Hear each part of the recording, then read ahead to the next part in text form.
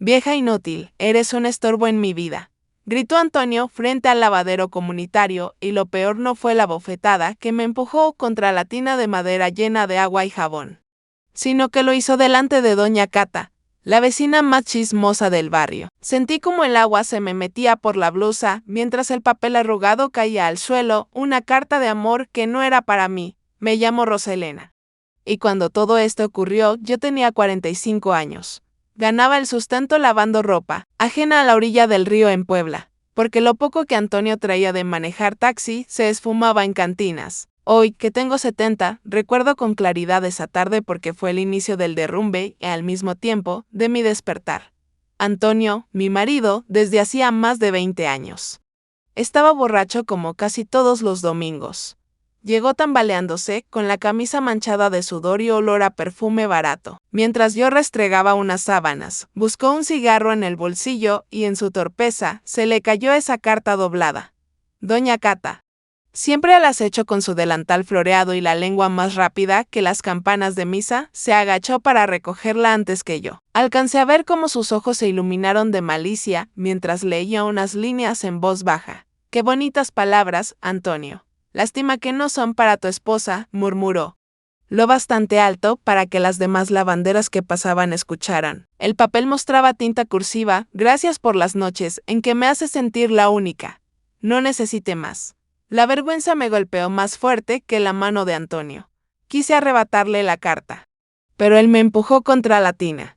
El golpe en la cadera me dejó aturdida y sentí el agua helada empapar mis enaguas. «Eres un estorbo, Rosa Elena», rugió, con ese aliento de aguardiente que me revolvía el estómago. Las otras mujeres fingieron no mirar, pero sus manos se movían más lento sobre la ropa enjabonada. Yo sabía que, al final del día, cada piedra del río sería testigo mudo de cómo doña Cata correría la voz por el barrio entero. Me levanté tambaleante, con la falda chorreando, y Antonio arrancó la carta de las manos de la vecina. La arrugó con torpeza, pero el daño ya estaba hecho. Me quedé en silencio, recogiendo la ropa húmeda que había caído al suelo de esa noche. Mientras escurría las prendas en el patio, escuchaba las carcajadas de Antonio dentro de la casa. Hablaba por teléfono, seguro con la dueña de esas letras dulzonas. No tuve fuerzas para reclamar, solo apreté las manos hasta sentir las uñas clavarse en la piel. Me repetía que debía aguantar. Porque tenía hijos, porque la gente siempre dice que una mujer sin marido está perdida. Al día siguiente confirmé mis temores. Camino al río, doña Cata ya estaba de pie junto a la entrada de su casa, barriendo con parsimonia. «Buenos días, comadrita», me dijo con voz melosa. Y enseguida añadió: «Dicen que las cartas de amor vuelan, ¿verdad?». Sentí que me ardían las mejillas, pero tragué saliva y seguí caminando. El murmullo se expandió más rápido que el humo de las toties, mientras restregaba ropa en la piedra.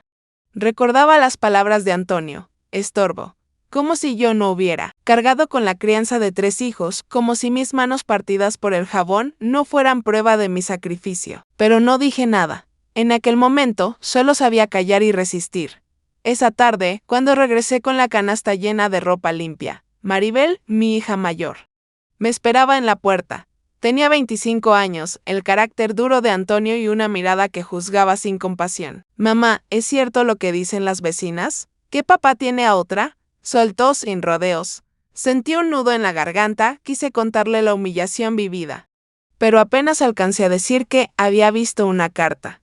Maribel frunció los labios. «Si papá busca en otra parte, será porque en casa no encontró lo que necesitaba», respondió seca y se metió al cuarto, sin mirarme más. Yo me quedé paralizada, con la canasta en los brazos, como si todavía llevara encima todo el peso del río. No solo Antonio me despreciaba, ahora también mi propia hija me culpaba. Esa noche, cuando el silencio por fin cayó sobre la casa, me acerqué al lavadero del patio. Pasé la mano por la madera húmeda, como buscando consuelo en ese objeto que conocía mis lágrimas mejor que nadie. Fue ahí donde me prometí que no olvidaría esa palabra que Antonio me lanzó como piedra: estorbo. Porque aunque entonces no lo sabía, esa palabra se volvería la chispa de mi venganza. El inicio de la historia que hoy, a mis 70 años, me atrevo a contar. Cuando desperté al día siguiente de aquella humillación pública, el barrio ya sabía lo de la carta. Lo supe en el instante en que crucé la puerta con la tina vacía al hombro y sentí como las miradas me atravesaban como agujas. Los murmullos se alzaban detrás de las cortinas y cada saludo sonaba forzado, como si en lugar de Rosa Elena todos vieran a la mujer engañada. Yo solo quería llegar al río antes de que el sol calentara demasiado el agua, pero cada paso era un recordatorio de lo que Antonio había hecho conmigo. Al volver a casa con la ropa limpia, encontré a Maribel en la puerta. Mi hija mayor siempre había sido recta, con la frente en alto y la lengua afilada como navaja. Tenía apenas 25 años, pero ya se comportaba como si llevara décadas sobre los hombros. «Mamá, tenemos que hablar», me dijo sin siquiera mirarme a los ojos.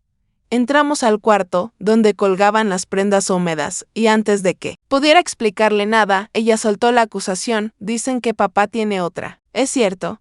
Yo intenté contarle lo que había visto: el papel, la letra cursiva que no era mía, el empujón contra la tina. Pero Maribel me cortó con un gesto de impaciencia. «Si lo buscó fuera, es porque en esta casa algo le faltó. Tal vez deberías cuidar más a tu marido», soltó, como si me estuviera dictando sentencia. Sentí que las palabras me pesaban más que cualquier canasta de ropa. No solo Antonio me había llamado estorbo, ahora mi propia hija me culpaba de su traición. Guardé silencio porque en ese entonces mi voz apenas servía para pedir fiado en la tienda o para cantar bajito mientras enjabonaba. Maribel siguió hablando, diciendo que la gente murmuraba, que el barrio comentaba que yo era débil, que una mujer debía saber cómo retener a un hombre. Al terminar, se giró y se encerró en su cuarto, dejándome ahí, de pie, con las manos húmedas y el alma encogida, esa noche, cuando Antonio llegó tambaleándose otra vez. Yo estaba junto al lavadero del patio, intentando terminar la ropa de una familia que siempre exigía todo al día siguiente. El olor a alcohol se me adelantó antes de que abriera la puerta. «¿Ya le contaste a la niña tus fantasías?», preguntó burlón, mientras dejaba las llaves caer con estrépito sobre la mesa. Yo me limité a seguir restregando, pero entonces lanzó el cubo de agua contra la pared, a pocos centímetros de mi rostro. El estallido me salpicó de pies a cabeza. «Deja de espiar mis cosas, Rosa Elena. No eres nadie para revisar mis bolsillos», gruñó. Sentí la madera del lavadero temblar bajo mis manos. Al día siguiente, cuando me dirigí al río, ya no solo era doña Cata la que cuchicheaba. Dos muchachas que solían pedirme consejos para sacar manchas se rieron a carcajadas al verme pasar. «Dicen que ni su marido la quiere, imagínate quién la va a querer a ella», murmuró una, creyendo que no la escuchaba. Yo caminé sin detenerme, aunque las palabras me quemaban. La rutina del lavado se volvió un suplicio. Cada vez que metía las manos en el agua fría, me parecía que estaba intentando limpiar no solo la ropa, sino mi propia vergüenza. El río se llevaba la espuma, pero no las miradas acusadoras. Ese día, mientras golpeaba unas camisas contra la piedra, recordé la expresión de Maribel, dura, implacable. Mi hija había heredado la severidad de su padre, no mi paciencia. Cuando regresé a casa, Antonio ya estaba sentado en la mesa con un vaso en la mano. «La gente dice que soy un hombre afortunado por tener dos mujeres detrás de mí», comentó con sorna, sin levantar la vista. No entendí si se refería a mí y a la otra, o si solo quería hacerme daño. Me limité a colgar la ropa mojada en el patio. «¿No vas a decir nada? ¿O te gusta que todos sepan que eres un estorbo?», insistió. Yo apreté los labios. Sabía que cualquier palabra podría desatar un golpe. Esa noche apenas dormí.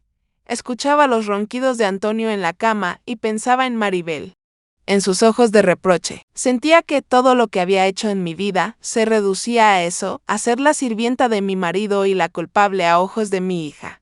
El lavadero, con su madera húmeda y resquebrajada, parecía ser el único que entendía mis silencios. Los días siguientes la humillación creció. Doña Cata, con esa voz que nunca sabía bajar, se encargó de repetir la escena de la carta en cada esquina.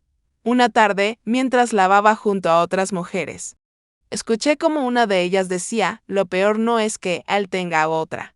Lo peor es que ella lo aguante». Fingí que no era conmigo, pero la frase me siguió retumbando en la cabeza hasta la noche. Maribel empezó a hablarme menos. Sus respuestas eran cortas, cargadas de reproche. Una vez me preguntó si pensaba hacer algo al respecto, pero no esperaba una solución, era más bien un recordatorio de que para ella yo era la culpable. Antonio aprovechaba esa tensión para envalentonarse. Hasta tu propia hija sabe que no sirves, me dijo un día mientras lanzaba las llaves al suelo. Yo las recogí en silencio, aunque cada vez me costaba más. Recuerdo especialmente una tarde en la que estaba tendiendo ropa blanca bajo el sol. El aire olía a jabón y a hierba recién cortada. De pronto, Antonio apareció detrás de mí.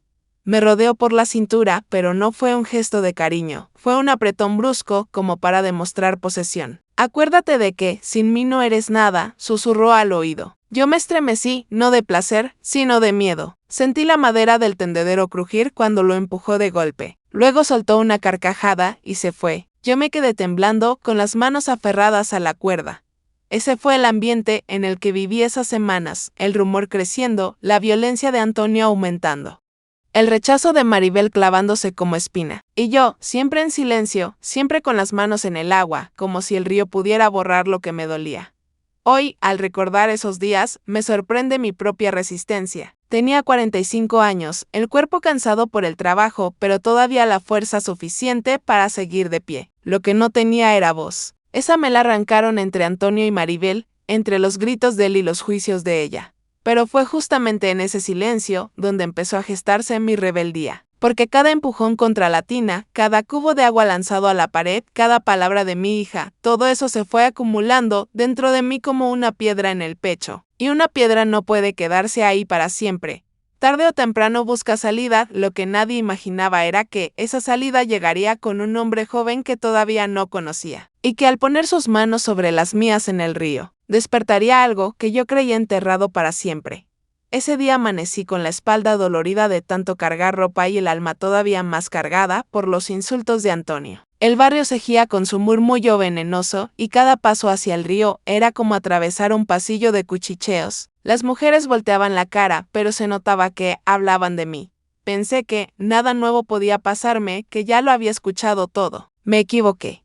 Mientras me agachaba para meter las manos en la tina, apareció un hombre joven cargando un costal de cemento. Tenía la piel curtida por el sol y una sonrisa que, sin querer, desarmaba. Era Gabriel, un albañil de apenas 30 y pocos años, que recién se había separado de su mujer y se había mudado al barrio. No lo conocía hasta ese día, cuando se acercó a ofrecerme ayuda. «Señora, esa cubeta se ve muy pesada, ¿quiere que la lleve al río?», preguntó. Yo me quedé inmóvil, sorprendida. Nadie en mucho tiempo se había preocupado por si podía cargar o no.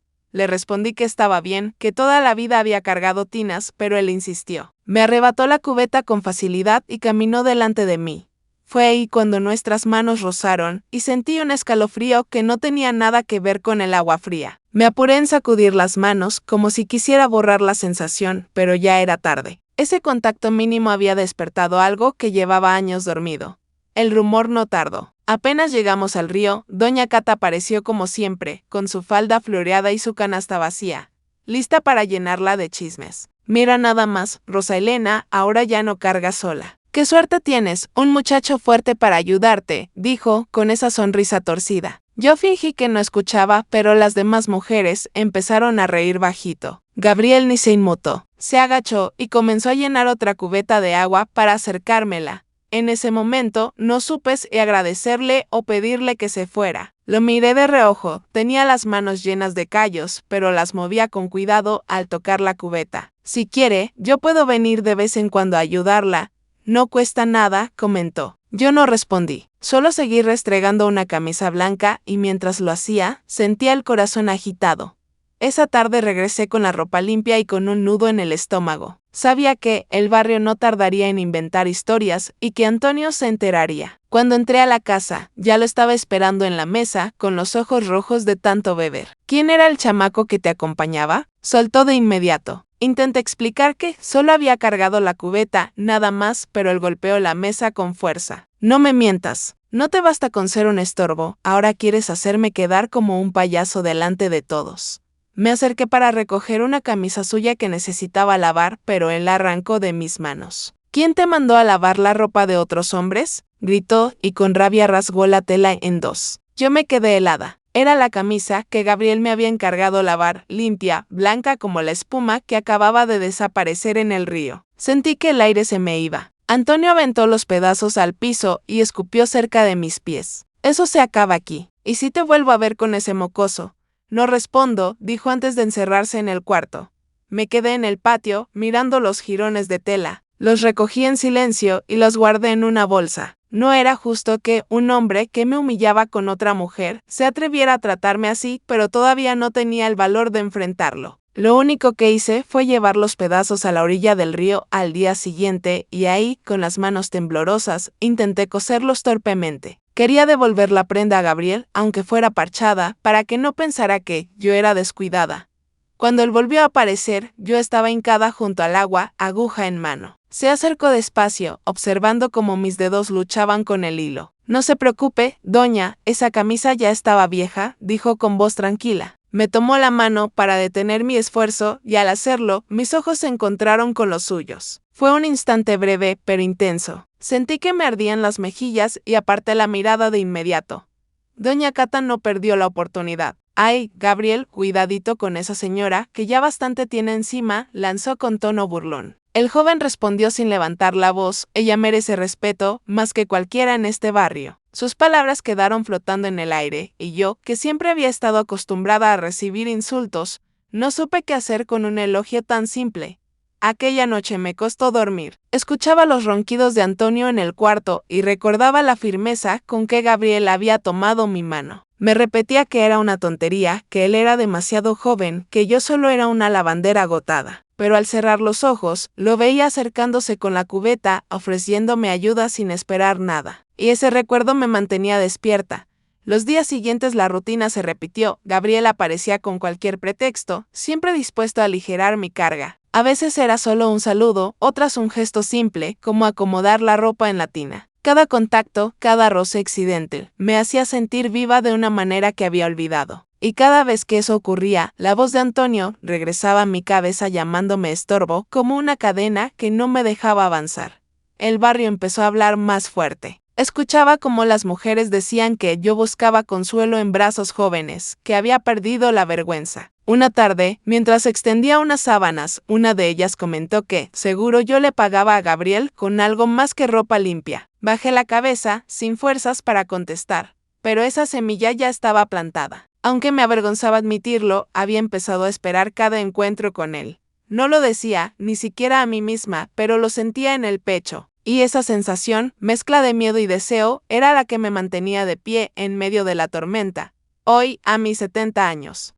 Todavía recuerdo con nitidez esa primera vez que nuestras manos se tocaron en el río. Fue un roce mínimo, pero suficiente para sacudirme la vida. Porque aunque entonces no lo entendía, ese joven albañil había llegado para demostrarme que no era un estorbo, sino una mujer que aún podía despertar suspiros, incluso en medio del chisme más cruel. El viento soplaba fuerte aquella tarde en el río y hacía bailar las sábanas que colgaban de las cuerdas como si fueran banderas. Yo estaba arrodillada tallando una prenda roja que Gabriel me había confiado. Era una camisa de algodón manchada de tierra y cemento. Él se había acercado por la mañana con la voz suave que usaba cuando me pedía un favor. «Doña Rosa, ¿podría dejarme esa camisa como nueva? Es de las pocas que todavía me quedan presentables», dijo con una sonrisa que desarmaba. Yo asentí sin pensarlo demasiado, aunque sabía que bastaba con verla colgada en mi patio para que el barrio se encendiera de rumores. Gabriel se quedó un momento junto a mí, observando cómo el agua se teñía de un tono rosado mientras la espuma se mezclaba con la suciedad. De pronto, el viento levantó mis cabellos húmedos y él, sin dudar, los apartó de mi rostro. «Usted no es ningún estorbo, Rosa Elena», murmuró cerca de mi oído, tan bajo que apenas lo escuché, pero lo suficiente para sentir que la sangre me corría más rápido. Sentí un escalofrío que me obligó a apartarme. Me concentré en frotar con más fuerza la tela, como si pudiera borrar no solo las manchas,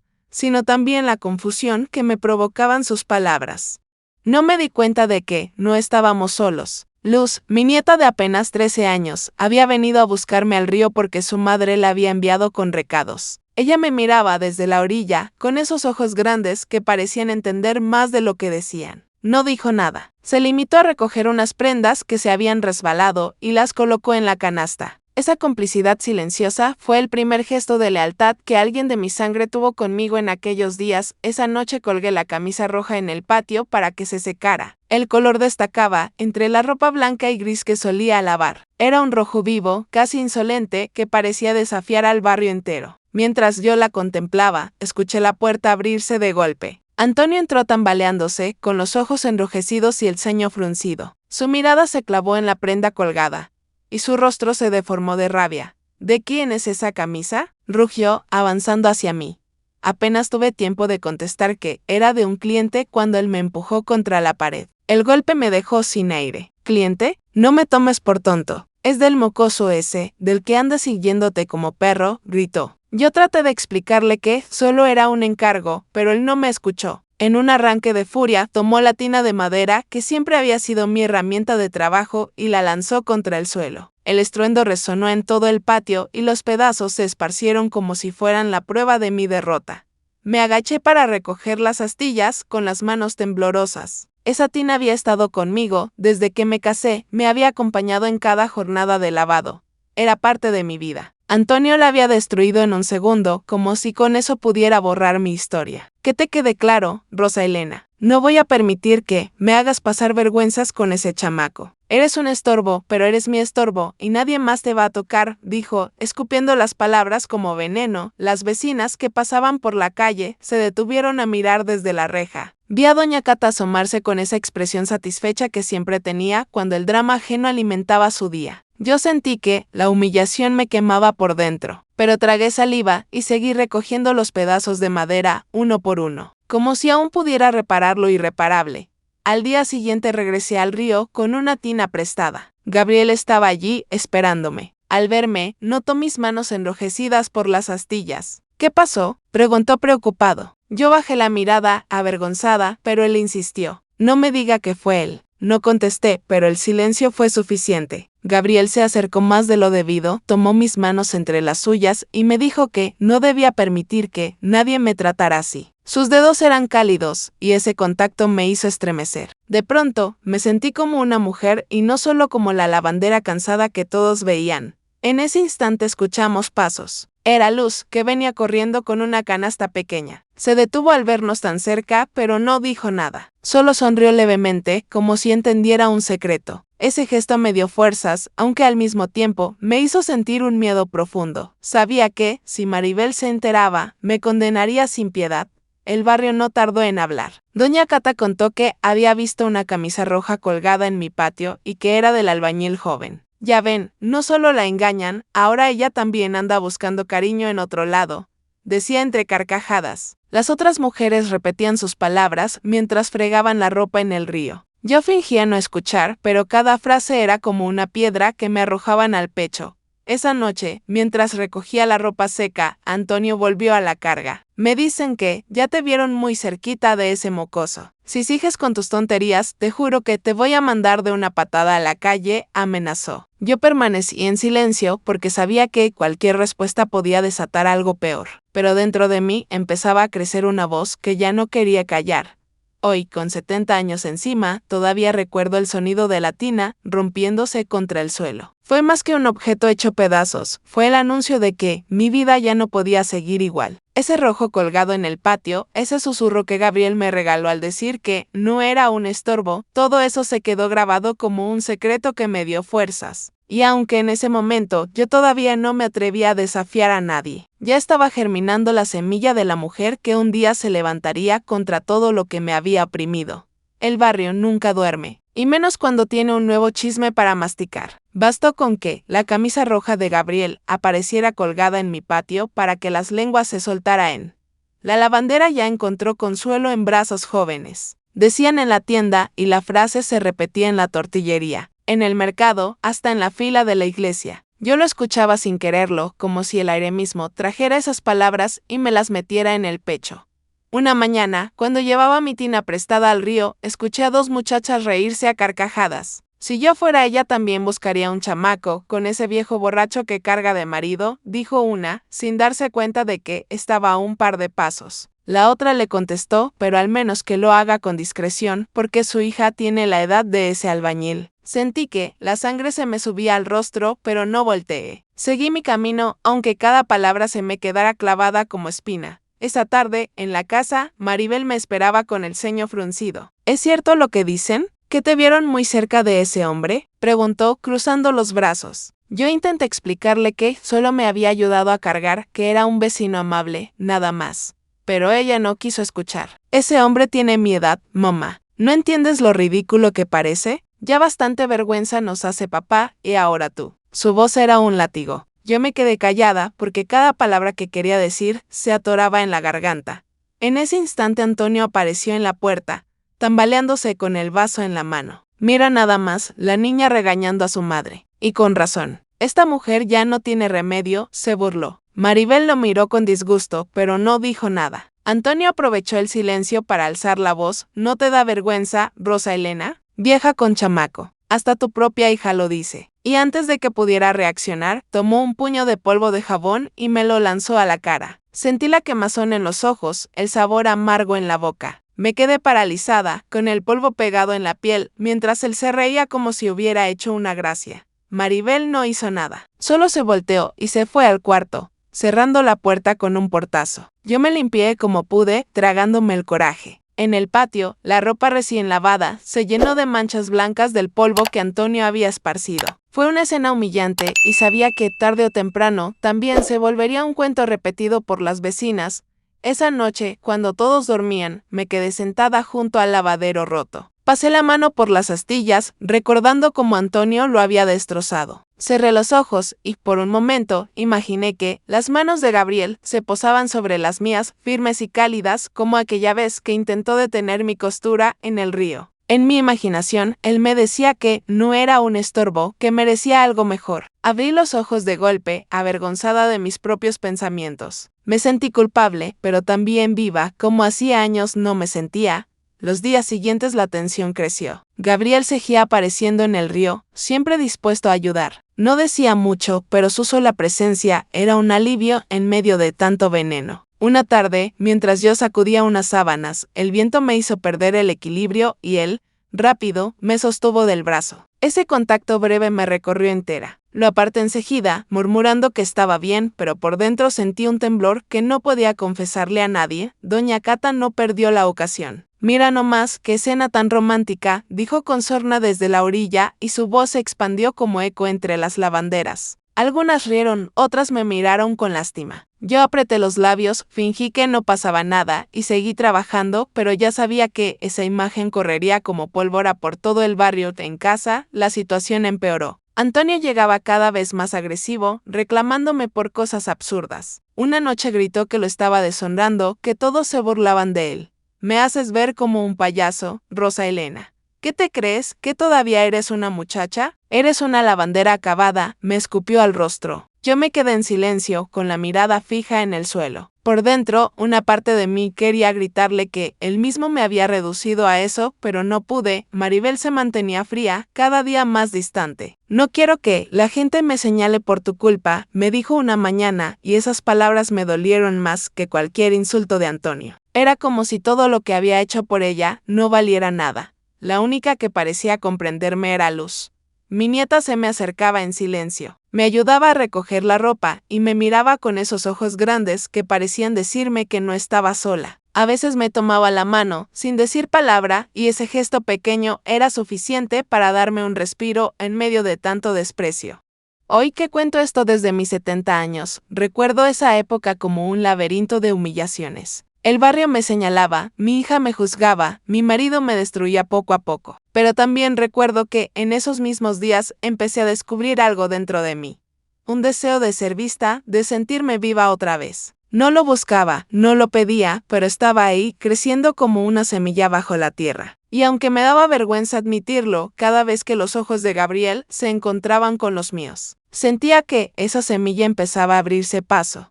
Lo que no sabía entonces era que esa semilla pronto estallaría frente a todos, en la fiesta patronal donde la vergüenza de Antonio sería pública, y mi dignidad empezaría a renacer. La fiesta patronal siempre era el corazón del barrio. Ese año, como cada agosto, la plaza se llenó de luces, música y olor a antojitos. Las familias sacaron sus mejores ropas, los niños corrían entre puestos de globos y los músicos afinaban guitarras para la noche. Yo, en cambio, caminaba con el alma encogida. No quería ir, pero Maribel insistió en que no podía esconderme en la casa como si tuviera algo de qué avergonzarme. Lo decía con ironía, como si en realidad quisiera que la gente me viera derrotada. Llegué con la canasta bajo el brazo, fingiendo que venía a entregar ropa limpia. Sentía las miradas sobre mí, algunas burlonas, otras de compasión. Doña Cata ya estaba allí, repartiendo su veneno entre grupos de mujeres. Alcancé a escucharla decir: miren, la lavandera todavía se da sus lujos con chamacos. Un par de risas la acompañaron. Bajé la cabeza y avancé hasta un rincón de la plaza, intentando pasar desapercibida. Entonces lo vi. Gabriel estaba con unos compañeros albañiles, pero en cuanto me vio, se separó del grupo y se acercó. Llevaba una camisa limpia, tal vez de las pocas que le quedaban enteras, y en la mano traía un pañuelo doblado. Doña Rosa, buenas noches, dijo con una sonrisa franca. Sentí que la sangre me subía al rostro y antes de que pudiera contestar, sonaron los primeros acordes de un bolero. Gabriel extendió su mano hacia mí.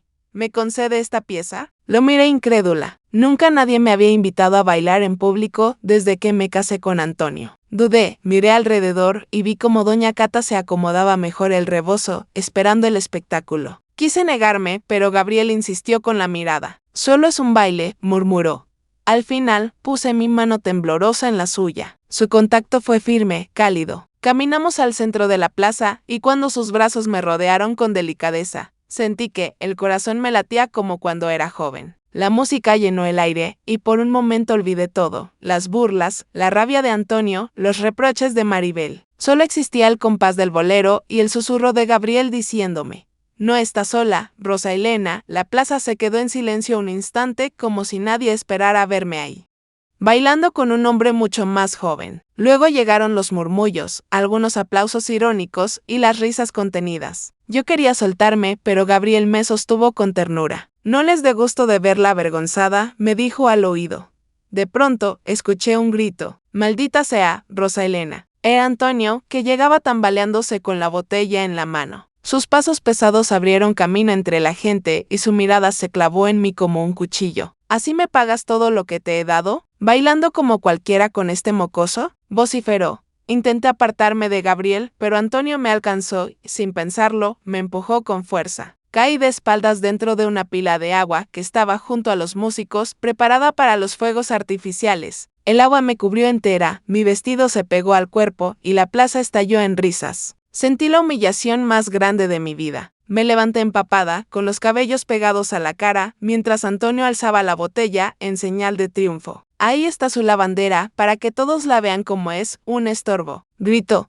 Pero el destino quiso que ese fuera su propio verdugo. Entre la multitud apareció una mujer de falda ajustada y labios pintados de rojo. Caminó hasta Antonio y lo enfrentó con voz fuerte. Ya basta, Antonio. Si quieres hacerte el macho, hazlo conmigo, no con una mujer que ya aguantó demasiado. La gente guardó silencio. Era su amante, la misma que le había escrito aquellas cartas perfumadas. Las risas se apagaron y se convirtieron en murmullos incómodos. La mujer lo empujó frente a todos. Tú me prometiste que ibas a dejarla, que yo sería la única, y mírate, un borracho patético que ni a su esposa respeta. Antonio intentó callarla, pero ella siguió gritando. Eres un cobarde, Antonio, y lo saben todos. La plaza entera fue testigo. Los vecinos, que antes me miraban con burla, ahora miraban a Antonio con desprecio. Doña Cata, que se había preparado para gozar de mi vergüenza, se quedó con la boca abierta. Los músicos no sabían si seguir tocando, pero al final uno rasgueó la guitarra y el bolero continuó. Como si la vida quisiera recordarme que la música podía ser refugio incluso en medio del escándalo. Gabriel me ayudó a levantarme, cubriéndome con su pañuelo. No deje que la humillación la quiebre, doña Rosa, me dijo en voz baja. Yo lo miré con los ojos llenos de lágrimas, y por primera vez en mucho tiempo, sentí que alguien me trataba con dignidad. Antonio, en cambio, se quedó tambaleando con la botella vacía en la mano y el barrio entero señalándolo. Su amante lo había dejado en evidencia, y yo, empapada pero ergida, ya no me sentía sola. El estorbo era él. Esa noche regresé a casa con el cuerpo frío por el agua, pero con el corazón encendido por algo nuevo. Antonio me gritó que me largara, que no valía nada, pero sus palabras ya no pesaban igual. Había quedado desnudo frente a todos, y yo había encontrado un respiro en medio del caos. Hoy, a mis 70 años, recuerdo esa fiesta patronal como el principio del fin. Porque aunque todavía me esperaba más dolor y más golpes de su parte, ese día comprendí que mi vida no estaba condenada a su sombra, y que el susurro de Gabriel, suave y firme, empezaba a colarse en mi cama sin que yo pudiera evitarlo. Después de la vergüenza en la fiesta patronal, ya no quedaba nada que me atara a esa casa. Pasé 2 noches enteras sin dormir, escuchando los ronquidos pesados de Antonio mezclados con mis propios pensamientos. El agua que me cubrió en la plaza todavía me pesaba en la piel, pero no era por el frío, sino por la certeza de que, si seguía allí, me hundiría para siempre. Una madrugada, mientras él seguía borracho en la cama, empecé a meter mi ropa en un costal de yute. No tenía mucho, un par de vestidos gastados, unas cobijas y los restos de mi lavadero roto, que había guardado como si fueran pedazos de mi alma. El ruido de la puerta al abrirse lo despertó. Antonio salió tambaleándose, con los ojos inyectados de sangre. ¿A dónde crees que vas, estorbo?, gritó, y su voz resonó en todo el pasillo. Yo apreté el costal contra el pecho y le dije que ya no podía más, que no iba a permitir otra humillación. Su respuesta fue una carcajada amarga. Nadie te va a querer, lavandera inútil. Ni tu propia hija te soporta. Sal, pero recuerda que no eres nada sin mí. Me empujó contra la pared y luego empezó a patear la puerta, como si con cada golpe quisiera partirme por dentro. Los vecinos se asomaron. Doña Cata estaba entre ellos, claro, con esa mirada satisfecha de quien tiene un espectáculo gratis. Yo respiré hondo, agarré el costal y salí a la calle con la cabeza baja, tratando de ignorar los insultos que Antonio me lanzaba desde la ventana. Caminé varias cuadras hasta llegar al río. El amanecer estaba apenas clareando y el agua corría serena como si me invitara a limpiar mi vida de una vez por todas. Me senté en una piedra y abracé mis rodillas. Fue entonces cuando escuché pasos ligeros detrás de mí.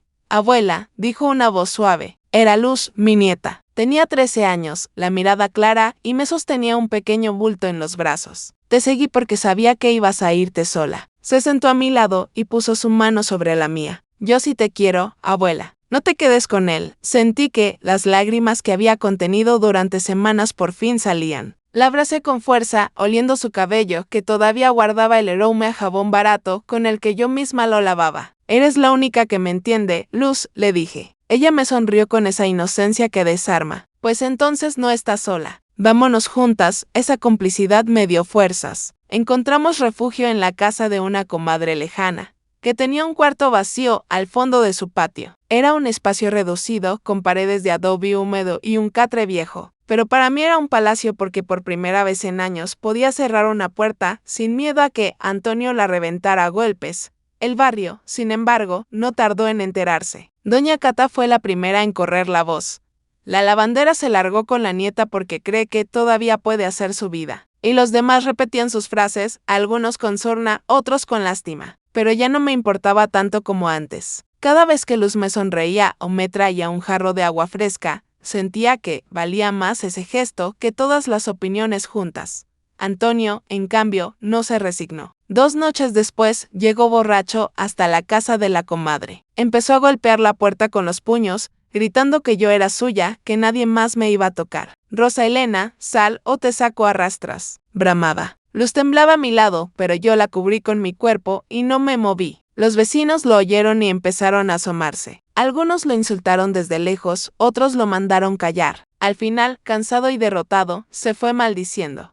Dentro de mí algo había cambiado. Antes me habría derrumbado de miedo, pero esa vez no. Esa vez me sentí fuerte, como si cada insulto suyo me empujara a levantar más la cabeza. Luz me abrazó y me susurró: «Lo enfrentaste, abuela. Ya no te puede aplastar». Poco después volví a ver a Gabriel. Se enteró de que me había ido y llegó al río con un gesto de alivio. «Sabía que un día lo haría», me dijo, mientras me ofrecía una cubeta limpia. Yo lo miré, con el corazón latiendo como cuando era joven. No dijimos más porque Luz estaba cerca y porque el barrio entero seguía con los ojos puestos en nosotros. Pero esa mirada suya, llena de respeto y ternura, me confirmó que había tomado la decisión correcta. Antonio siguió hostigándome durante semanas, enviando recados con Maribel o gritando desde la calle que me iba a arrepentir. Pero cada vez que escuchaba su voz, ya no me encogía. Me aferraba a la mano de Luz y me decía a mí misma que no volvería a esa casa jamás.